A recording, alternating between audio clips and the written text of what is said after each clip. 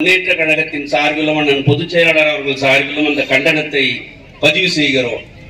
அடுத்து அந்த பெண்ணுடைய படிப்புக்கு அவர்கள் எந்த உதவியும் செய்யவில்லை.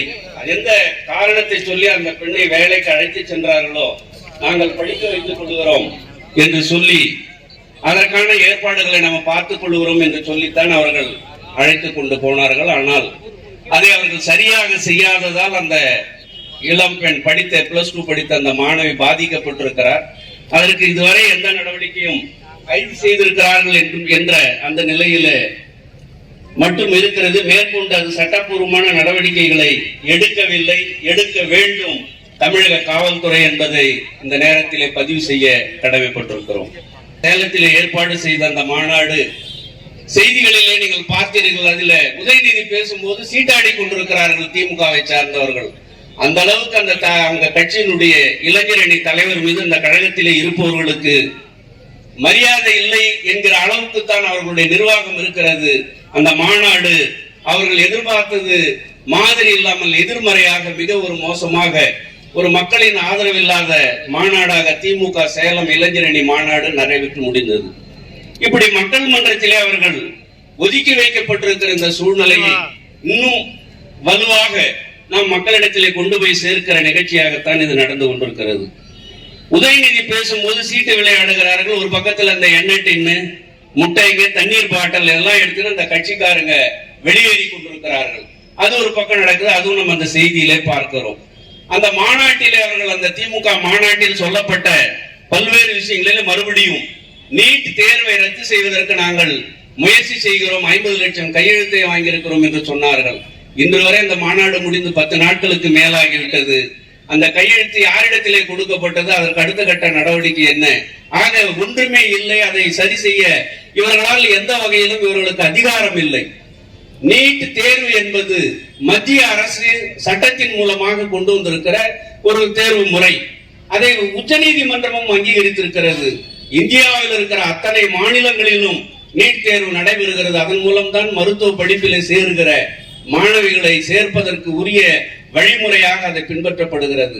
அதை தமிழ்நாட்டில் மட்டும் எதிர்ப்போம் என்று ஒரு பொய்யை சொல்லி ஓட்டுக்காக படிக்கிற பிள்ளைகளையும் அந்த பெற்றோர்களையும் திசை திருப்புகிற அந்த முறையில இன்னும் அந்த நீட்டு தேர்வை ரத்து செய்ய நாங்கள் முயற்சி செய்வோம் என்று இன்றை சொல்லுகிறவர்கள், நாங்க வந்தா முதல் கையெழுத்து போடுவோம், அதில அந்த ரகசியம் எங்களிடத்தில் இருக்கிறது என்றெல்லாம் சொல்லி உதயநிதி பேசியதை நீங்கள் எல்லாம் மறந்திருக்க மாட்டீர்கள்.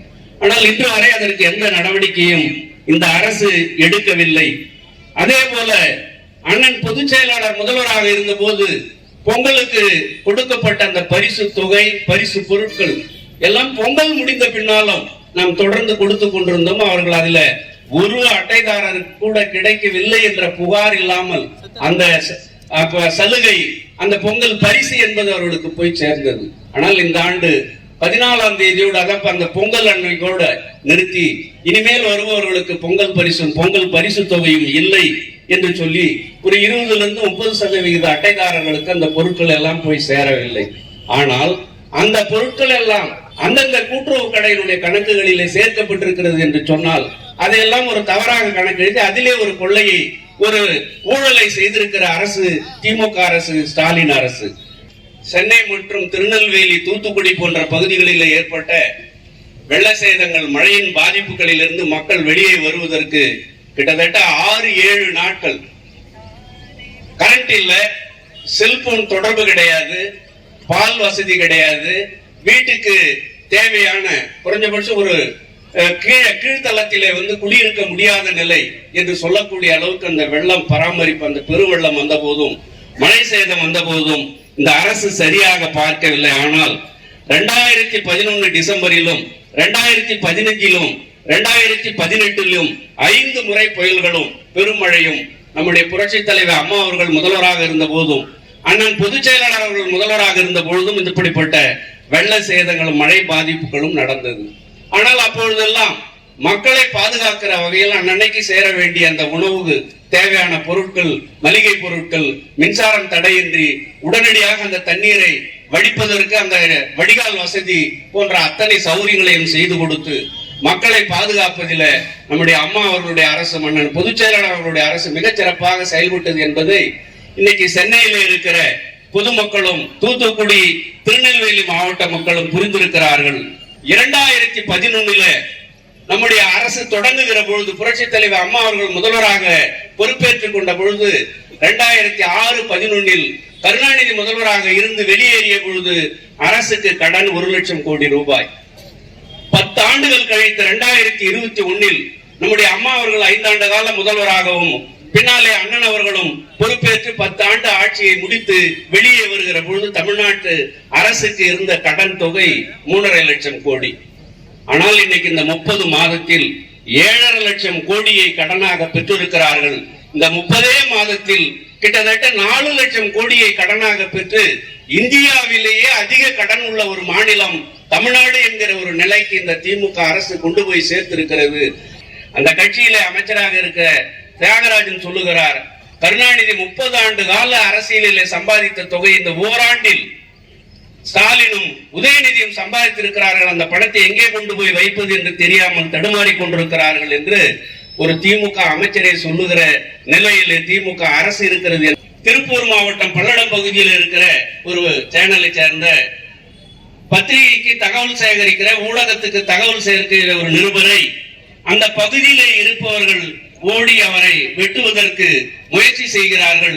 எனக்கு பாதுகாப்பு வேண்டும், தமிழ்நாட்டிலே நடக்கிற திமுக அரசை எதிர்த்து பல்வேறு கருத்துக்களை எங்களுடைய சேனலில் அந்த செய்தியில் வெளியிடுவதற்கு நான் காரணம் என்கிற அந்த அடிப்படையில் என்னை தாக்குவதற்கு திமுக காரர்கள் தயாராக இருக்கிறார்கள், எனக்கு பாதுகாப்பை கொடுங்கள் என்று அந்த நிருபர் காவல்துறையிடம் பாதுகாப்பு கேட்கிறார். கடைசி வரை அவரை பாதுகாக்க காவல்துறை எந்த முயற்சியும் எடுக்கவில்லை.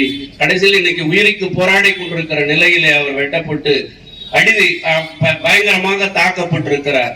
ஆக சட்டம் ஒழுங்கு என்கிற அந்த அடிப்படையில் தமிழ்நாட்டில் இதுவரை இல்லாத அளவுக்கு போதைப் பொருட்கள் புழக்கம் அதிகமாக இருக்கிறது. குறிப்பாக இப்ப டாஸ்மார்க்ல வாங்குற குடிக்கிற போகிறதெல்லாம் ஏற்கனவே இருந்தாலும் முன்பை விட கூடுதலாக குடிப்பவர்களுடைய எண்ணிக்கை, கடைகளுடைய வியாபாரம் கூடியிருக்கிறது என்று சொல்வதில் பெருமைப்படுவதற்கு ஒன்றும் இல்லை. அது வருத்தப்பட வேண்டிய ஒரு செய்தி. இன்னும் ஒருபடி மேலே கஞ்சா எல்லா இடத்திலும் சகஜமாக கிடைக்கிறது. பள்ளி மாணவ மாணவர்களிடத்திலாம் போய் கிடைக்கிறது. இன்னைக்கு இந்த போதையில படிக்கிற பிள்ளைகள் கூட பங்கெடுத்துக் கொள்ளுகிறார்கள் என்று சொல்வதற்கு சமீபத்தில் விழுப்புரத்தில் அப்படிப்பட்ட ஒரு நிகழ்ச்சி நடந்து அது ஊடகங்களிலே செய்தியாக வந்திருக்கிறது.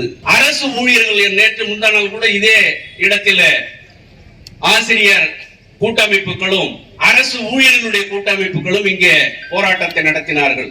அதில் அவர்கள் சொல்லுகிற கோரிக்கை எல்லாம் ஏற்கனவே சொல்லப்பட்ட கோரிக்கைகள். அதில் திமுகவை சேர்ந்த எதிர்கட்சி தலைவராக இருந்த ஸ்டாலின் பங்கெடுத்துக் கொண்டு திமுக ஆட்சி அமைந்தால் உங்களுக்கு பழைய ஓய்வூதிய திட்டம், அகவிலைப்படி உயர்வு, தற்கால ஆசிரியர்கள் நிரந்தரம் போன்ற பல்வேறு சலுகைகளை நாங்கள் செய்து கொடுப்போம் என்று ஒரு வாக்குறுதியை எதிர்கட்சியாக இருக்கும் போது ஸ்டாலின் கொடுத்தார்.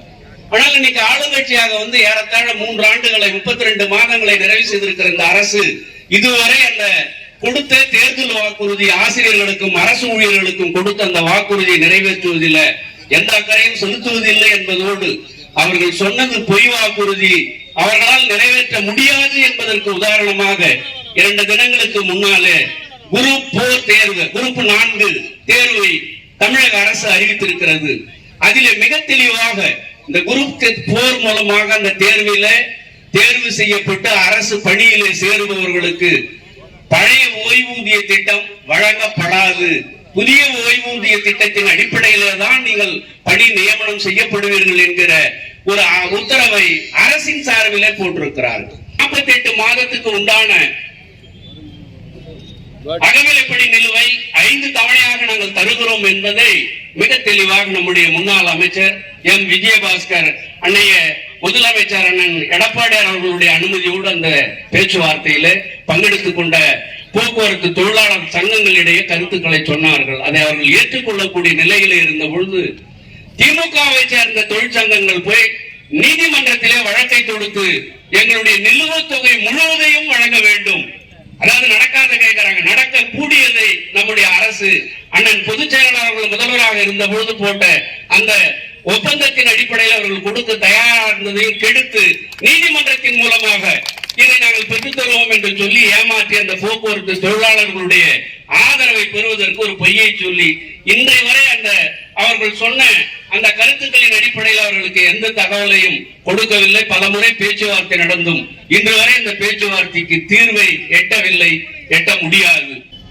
ஒரு சட்டம் ஒழுங்கு உச்சத்திற்கு பாதுகாப்பு இல்லாத, மக்களுக்கு பாதுகாப்பு இல்லாத நிலை, சட்டம் ஒழுங்கு மிக மோசமான நிலையில் இருக்கிறது என்பதை நாம் சொல்லிக் கொள்வதற்கு சாட்சியாக பல்வேறு மாநிலங்களில் இருந்து நாம் சொல்லுகிற தகவல்களை விட ஒரு மாதத்துக்கும் மேலாக கோயிலிலே சாமி தரிசனம் செய்வதற்கு சென்ற திமுக பிரமுகர் அங்கே போலீஸ் அதிகாரியாக இருந்த, அது ஒரு இன்ஸ்பெக்டர், ஒரு போலீஸ் கூட இல்லை, ஒரு இன்ஸ்பெக்டரை அவர்கள் தாக்குகிறார்கள். இதுவரை அவர்கள் மீது வழக்கும் பதிவு செய்யவில்லை, நடவடிக்கை எடுக்கவில்லை. ஒரு மாதமா எங்க இருக்கிறார்கள் தனிப்படை அமைச்சு தேடிக் கொண்டிருக்கிறார்கள். தேட மாட்டாங்க, தேடுவதை போல் நடித்துக் கொண்டிருக்கிறார்கள். ஆக நம் கண்ணெதிரிலேயே ஒரு, அதுவும் நான் சொல்லுவது ஒரு போலீஸ் அதிகாரி, இன்ஸ்பெக்டர் என்பவர் ஒரு முக்கியத்துவம் வாய்ந்த ஒரு அதிகாரி, அவருக்கு வந்த அந்த பாதிப்பை கூட சட்டம் ஒழுங்கு ரீதியாக அந்த நடவடிக்கையை எடுத்து சம்பந்தப்பட்ட அந்த நபரை கைது செய்து சட்டத்திற்கு முன் எடுத்து தவறிய இந்த தமிழக காவல்துறை எங்கே பொதுமக்களின் சட்ட பாதுகாப்புக்கு இவர்கள் தருக போகிறார்கள், பொதுமக்களை பாதுகாக்க போகிறார்கள் என்பதை இந்த நாட்டு மக்கள் மிக தெளிவாக சிந்திக்க வேண்டும். நம் கண்ணெதிரிலேயே சாட்சி இருக்கிறது. இன்னமும் 5வது முறை ஜாமீன் கேட்கிறார்கள். அவர்கள் முன்ஜாமீன் பெற்று வீட்டுக்கு வரும் வரை இவர்கள் கைது செய்ய போவதில்லை, கைது செய்ய மாட்டார்கள். அப்படிப்பட்ட ஒரு அரசு நடைபெற்றுக் கொண்டிருக்கிறது. இதே நம்முடைய அண்ணன் பொதுச் செயலாளர் அவர்களும் சரி, அதற்கு முன்னால் நம்முடைய அம்மா அவர்களும், அதிமுகவில் ஒருவன் இப்படி நடந்து கொண்டிருந்தால் மறுநாள் அவன் குண்டர் சட்டத்திலே கைது செய்யப்பட்டிருப்பான், சிறையிலே இருப்பான், ஓராண்டு காலம் அவன் வெளியிலே வர முடியாது, கட்சி பொறுப்பிலே இருக்க முடியாது, கட்சியிலே இருக்க முடியாது.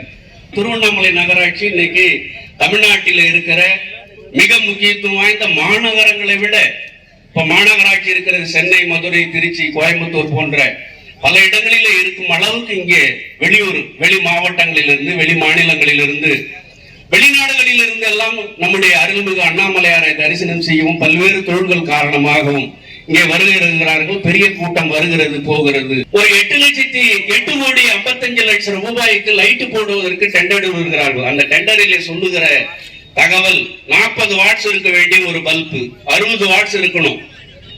ஆனா இவங்க 25 வாட்ஸ்ல பல்ப் போடுறாங்க.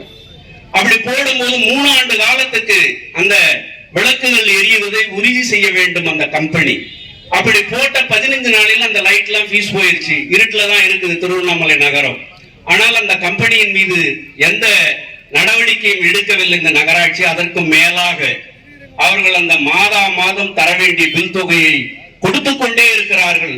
இதை நகராட்சி கமிஷனர் வருத்தத்தோடு, இப்படி இந்த பில் எல்லாம் கொடுக்க முடியாது, லைட் எரியல, சொன்ன அளவுப்படி நீங்க அந்த வாட்ஸுக்கு கணக்கு கொடுக்கல, லைட் போடலன்னு சொல்லும் போது வேலுப்ப தரப்பில இருந்து தகவல் சொன்னவங்க, அப்ப வீட்டு பணத்தை கொடுக்குற, நகராட்சி பணம் தானே கொடுத்துட்டு போங்க, பில்ல கொடுங்கன்னு சொல்றாங்க. ஒவ்வொரு மாசமும் கரெக்டா போகுது. அதில் மட்டும் ஒரு ஆண்டு ஒன்றுக்கு 5 கோடி ரூபாயை கொள்ளையடிக்கிறார்கள் இந்த நகராட்சி நிர்வாகத்தின் மூலமாக. இங்க இருக்கிற அரசியல் கட்சி பிரமுகர்கள். அடுத்து குப்பை அள்ளுவதற்கு ஒரு நாளைக்கு 45 டன் குப்பையை அள்ளணும். 1 டன் குப்பை எடுத்தா 3,950 ரூபாய் அதுக்கு பணமா கொடுக்கறாங்க. அந்த குப்பையை அள்ளுவதற்கு வேலை செய்கிறவர்களுக்கு வாடகைக்கு என்று மொத்தமாக.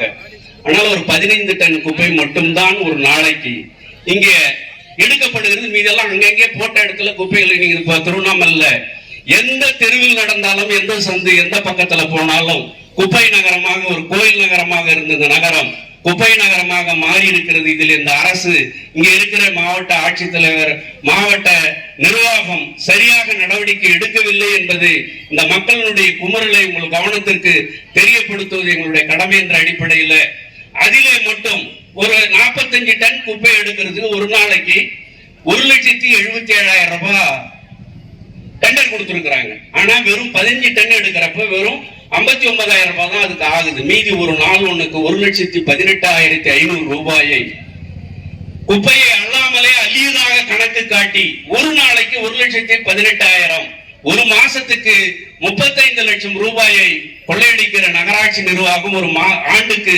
கிட்டத்தட்ட 5 கோடி ரூபாய், ஏறத்தாழ 4,5 கோடியிலிருந்து 5 கோடி ரூபாயை இவர்கள் குப்பையிலும், லைட்டில் ஒரு 5 கோடி, குப்பையில ஒரு 5 கோடி, 10 கோடி ரூபாய், 2 விஷயங்களில 2 தலைப்புகளில இவர்கள் செய்கிறார்கள். இது எல்லாவற்றையும் விட ஒரு பெரிய வேடிக்கை, இந்த குப்பையை அள்ளுறதுக்கு அந்தந்த வார்டில் நகராட்சியின் சார்பில் அந்த தொழிலாளர்களை நியமித்திருக்கிறார்கள், தூய்மை பணியாளர்கள் இருக்கிறார்கள். அவர்கள் அந்த பணியை செய்துகிற போது வாரத்துக்கு ஒரு நாள் இந்த மஞ்சள் பணியின் போட்டுன்னு அதுல சில கட்சி பிரமுகர்களுடைய படத்தை எல்லாம் போட்டு கொண்டு தூய்மை அருணை என்று ஒரு அமைப்பை உருவாக்கி அது மூலமாக குப்பை அள்ளியதை போன்ற அவங்க ஏற்கனவே அந்த நகராட்சி நிர்வாகத்தால் அந்தந்த வார்டுக்கு நியமனம் செய்யப்பட்ட தூய்மை பணியாளர்கள் செய்கிற பணியை இவர்கள் செய்வதை போன்ற ஒரு போட்டோ எடுத்து குப்பை அள்ளுவதில் கூட விளம்பரம் செய்கிற ஒரு மட்டமான அரசியலை, மலிவான நிர்வாகத்தை திருவண்ணாமலை நகராட்சி கொடுத்து கொண்டு அதுக்கு பேர் தூய்மை அருணை. வாரம் ஒரு நாள் வந்துடுறாங்க மஞ்சா பணியன் போட்டுன்னு. இதையெல்லாம் சரியாக ஒத்துழைக்கவில்லை. இந்த பில்லு எல்லாம் ஒழுங்கா கொடுக்கறதுல பழைய கமிஷனர் இவர்களுக்கு ஒத்துழைப்பு தரவில்லை என்ற காரணத்தால் தான் அவர் மாற்றப்பட்டிருக்கிறார். இந்த 3 ஆண்டு காலத்தில் 4 கமிஷனர் வந்து போயிருக்கிறாங்க. ஆக இவர்கள் செய்கிற அந்த தவறுகளுக்கு ஒத்துழைக்காதவர்களை மாற்றுவதும் வேண்டியவர்களை எடுத்துக்கொண்டு வந்து இங்கே வைத்துக் கொள்வதும் அரசியலை தாண்டி இந்த மக்களை பற்றி கொஞ்சம் கூட பயம் இல்லாமல் ஒரு நகராட்சி நிர்வாகம் இப்படி நடக்கிறது, இதையெல்லாம் மக்கள் பார்த்து கொண்டிருக்கிறார்கள். மாநில அரசை சரியாக வழிநடத்தாத, ஒரு மாநில நிர்வாகத்தை ஒழுங்காக நடத்த தெரியாத ஸ்டாலின் போய் இந்தியாவுக்கு வழிகாட்ட போகிறேன் என்று சொல்லுகிறார். நாங்கள் மிக தெளிவாக சொல்லுகிறோம், அரசியல் என்பது மக்களின் கையில் இருக்கிறது. இறுதி தீர்ப்பை எழுதுபவர்கள் மக்கள்தான். எல்லா நேரங்களிலும் பணத்துக்கும் அரசியல் சார்ந்தும் அப்படியே ஓட்டு போட்டுக் கொண்டு இருக்க மாட்டார்கள். ஒரு காலகட்டத்தில் சிந்திக்கத்தான் செய்வார்கள். இன்னைக்கு பேசுகிற அந்த ஒவ்வொரு திமுகவை சேர்ந்தவரும் அவ்வளவு அகங்காரத்தோடு பேசுகிறார்கள். காரணம், அவர்களிடத்திலே அதிகாரமும் பணமும் இருக்கிறது. இன்னும் ஒரு சிலர் ஒரு முடிவுக்கு வந்து விட்டு பேசுவதாக நாங்கள் நினைக்கிறோம். இனி திமுக எப்போதும் ஆட்சிக்கு வராது, இருக்கும் வரை கொள்ளையடித்து விட்டு போய்விடுவோம் என்று ஒரு கூட்டம் அதை திட்டமிட்டு பணம் சம்பாதிப்பதற்காக இந்த அதிகாரத்தை பயன்படுத்திக் கொண்டிருக்கிறார்கள். ஆனால் இனி வரும் காலங்களில் 24 நாடாளுமன்ற தேர்தலாக இருந்தாலும் 26 வரப்போகிற சட்டமன்ற தேர்தலாக இருந்தாலும் அண்ணன் எடப்பாடியார் அவர்கள் தான் இந்த தமிழ்நாட்டை வழிநடத்த வேண்டும் என்று மக்கள் முடிவு செய்து விட்டார்கள். அதற்காக ஒத்துழைப்பையும் அவர்கள் தருவதற்கு தயாராக இருக்கிறார்கள் என்பதை இந்த நேரத்திலே சொல்லி, இதற்கெல்லாம் நாம் நம்முடைய கடமைகளை செய்வோம், மக்களும் நமக்கு துணை நிற்பார்கள் என்று சொல்லி செய்திகளை உடனுக்குடன் தெரிந்து கொள்ள நமது அம்மா இணையதள தொலைக்காட்சியை சப்ஸ்கிரைப் செய்து அருகில் உள்ள பெல் ஐகானை